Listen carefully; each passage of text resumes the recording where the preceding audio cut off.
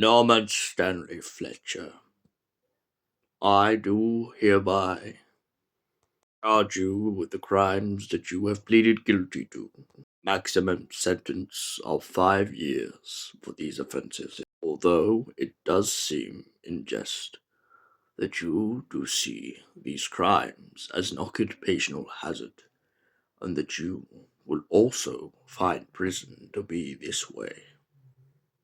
May you serve these 5 years and learn your lesson.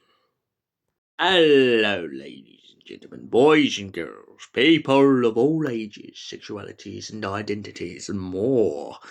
And welcome back to another classic TV comedy review. And today's review is none other than Porridge. I know what you're going to say. Lewis, what do you mean porridge? Isn't that what you have with your breakfast? Well, maybe you do. But you have the most sloppy poppy porridge in the worst place in the world. And that is none other than prison. A little bit of a run over just to give you kind of an example of what's going on in this series called Porridge. You have a man called Fletcher, Norman Fletcher. And Fletcher is a convict who he's done enough crimes over the years that he really doesn't see prison as a punishment. He serves his sentence and he is ready to serve the years that he has to on the inside. Of course, this is not the first time he has been in prison, so he kind of has the gist of how it's going to go. But on the day of him being transported to the prison, he tries to attempt an escape. An escape that, what I might say, is very hilariously flawed by his really bad planning. Now, Fletcher's attempt goes as so.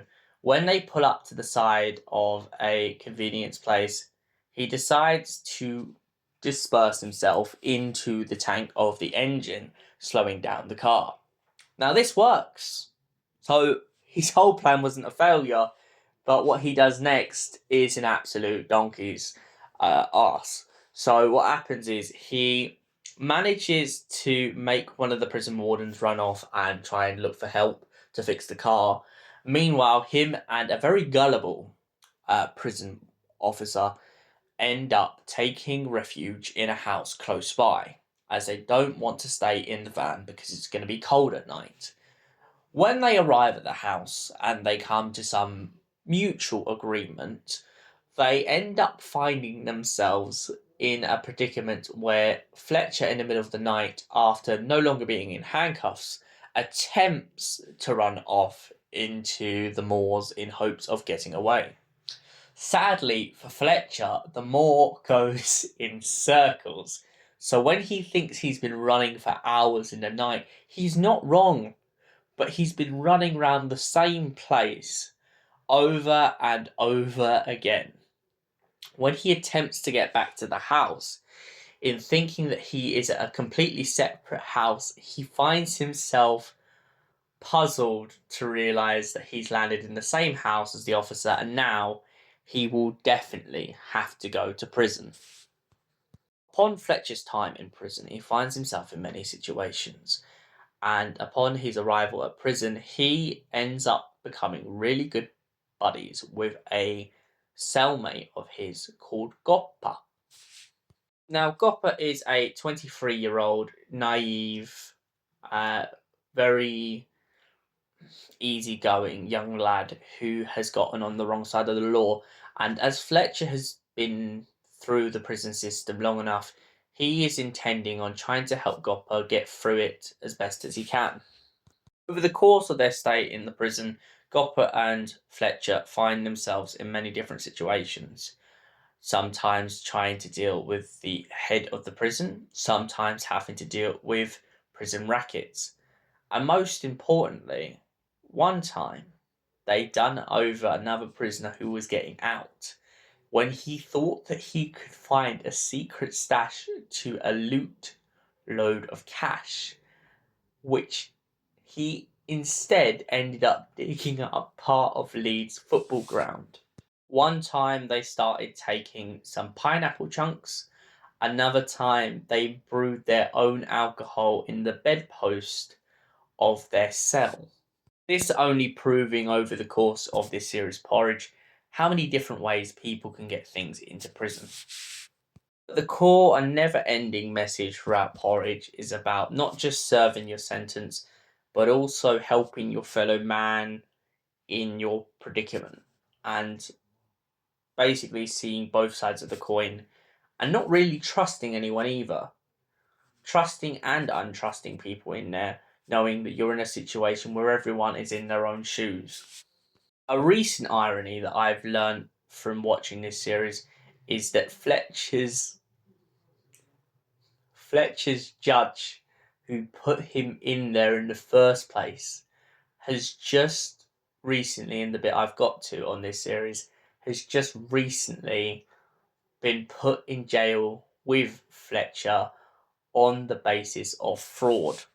Now, this is the biggest irony in the whole turning point of the show when you consider that Fletcher himself went down for fraud.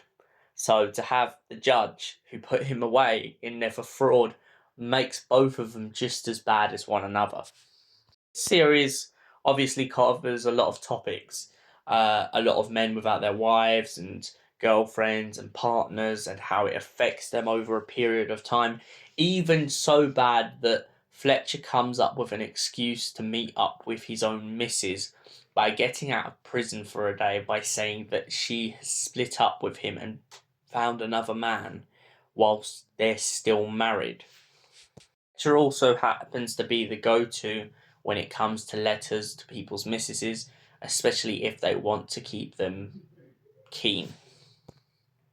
But although this series is a very good series, I do think it's right to point out its slight controversies when it comes down to nowadays and the difference between this show back then and this show now, which being its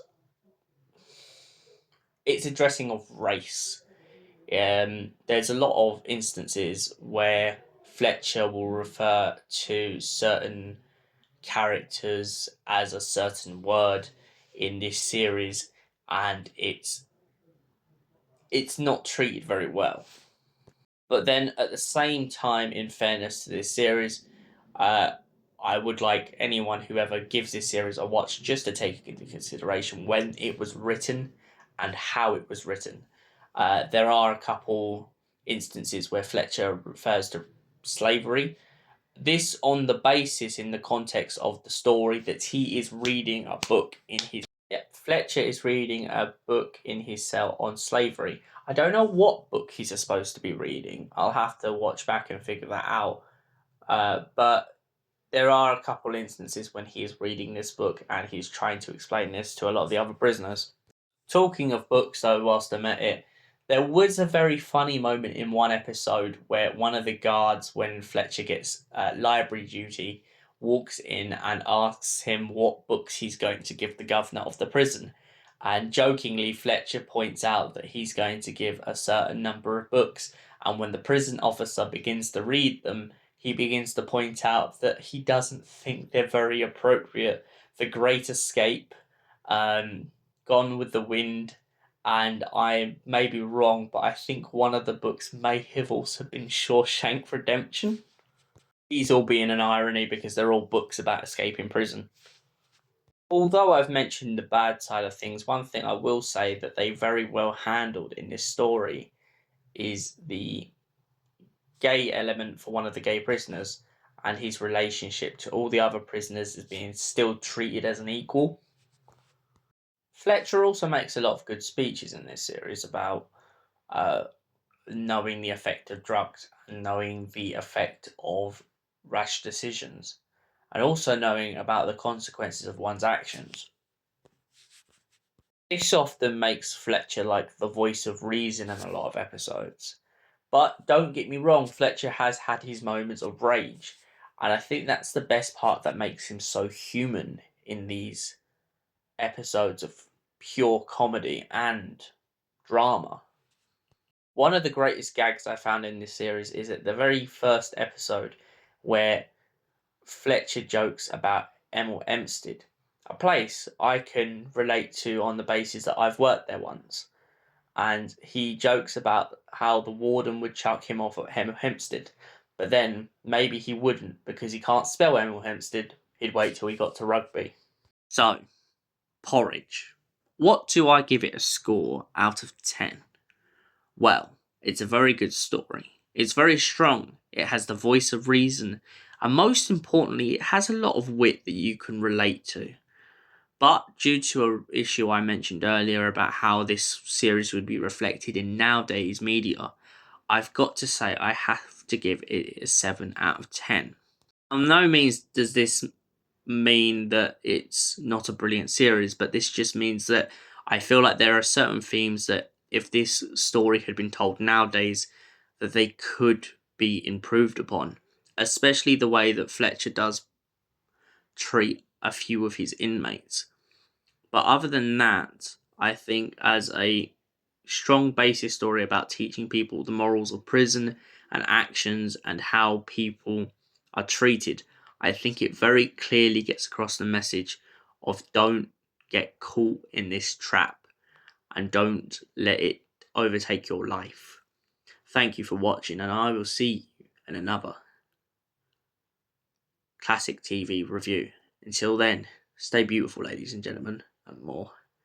Goodbye for now.